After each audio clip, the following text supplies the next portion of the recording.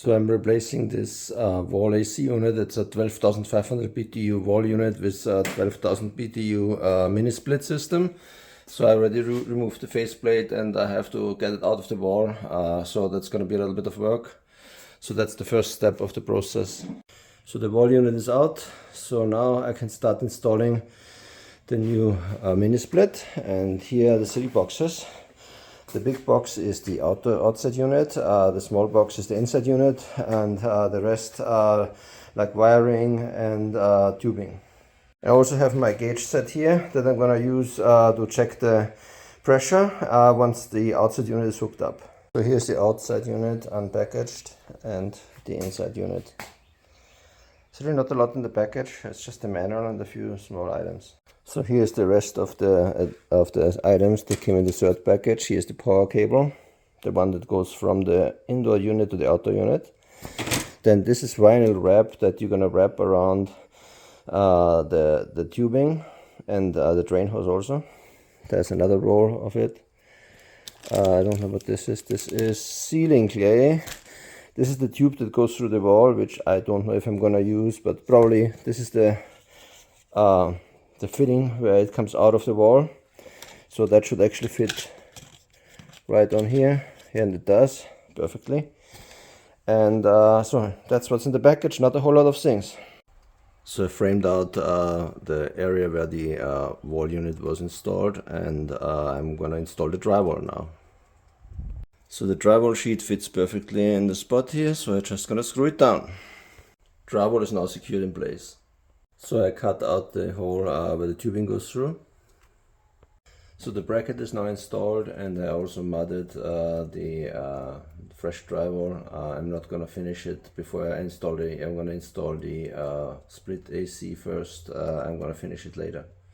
So the inside unit is installed now. I ran the wire and the tubing to the outside, and now I have to work on the outside. So I installed cement board. I mean, I haven't screwed it down yet, but I'm going to put some wire mesh on top and then I can stucco. I didn't choose to use plywood because plywood eventually rots out and then you have to replace it, and cement board should be fine, especially if I use it with stucco. Here's the hole on top for all the wiring and tubing. So I added some insulation before I close it off. So after the installation I closed off the hole and all the connections are outside, and now I can start with the outside unit. So I'm removing a 1-inch 20 amp breaker and replacing it with 2 half-inch 20 amp breakers. So now there are 2 20 amp breakers, and I already wired the previous the wire that was previously attached to the one 20 amp breaker, the 1-inch one, and also moved the other 20-inch 1-inch breaker to the new one. Okay, the 20 amp breakers are installed now and the wires are connected. Installed the fitting, that's where the wire is gonna go up to the attic. So I made a hole on top to the attic, and I'm gonna use a fishing rod to fish the wire. So I use this fishing rod here to fish the wire from the other side. I got it here now, and all I need to do is route it to the soffit on the other side, and I'm gonna catch it there and run conduit to my disconnect panel. I was able to push the cable all the way to the soffit on the other side, so I try to fish it out from there.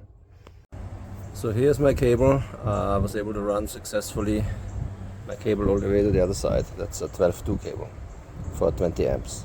Alright, so I started the conduit here. I still have to clamp it down, and then I'm going to run the conduit all the way to the place where the outside unit is going to be. So I ran the conduit already all the way to where I want to have the box. The box is going to sit probably more or less right here, somewhere around here. So the disconnect box is installed now. The fuse, it says a fuse in it, so it's a fusible disconnect box, and here's my conduit that runs all the way to the attic. So the wires are now attached line to line, and the load is going to be on the inside, and here is the ground wire. So everything is hooked up now. It's this breaker here, it's off right now. I'm going to flip it right now, and I'm going to check the voltage on the fuse box. Okay, it's not tripping, that's a good sign. If we have voltage on the load terminal, I check on the load terminal. Yep, 124 volts. This means we're in business. I already have a concrete pad here in place, so I just moved the concrete pad to a better location. By code, the unit has to be at least a foot from the wall, so I had to move it a little bit farther out. And I'm going to test fit the outside unit now and install the legs. So I installed the legs because it's going to sit a little higher. And now I'm going to install the outside unit. So the outside unit is now on its legs. So I ran the tubing all the way to the outside unit and hooked them up, and now I'm going to run the compressor. So I'm running the vacuum pump right now. It's hooked up to the vacuum board here. So the blue side, this side has to be open, this side has to be closed. This goes to the vacuum pump, and this one goes to the vacuum board on the unit. And so I'm going to let it run for like 30-40 minutes. Alright, so the wiring is complete. I hooked everything up to the outside unit, and after 1 hour it's still holding vacuum, so it looks like I have no leaks.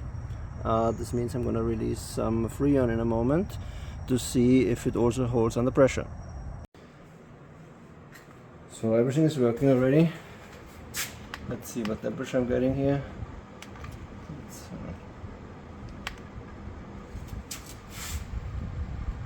47 degrees, 46 degrees. Wow, that's cold.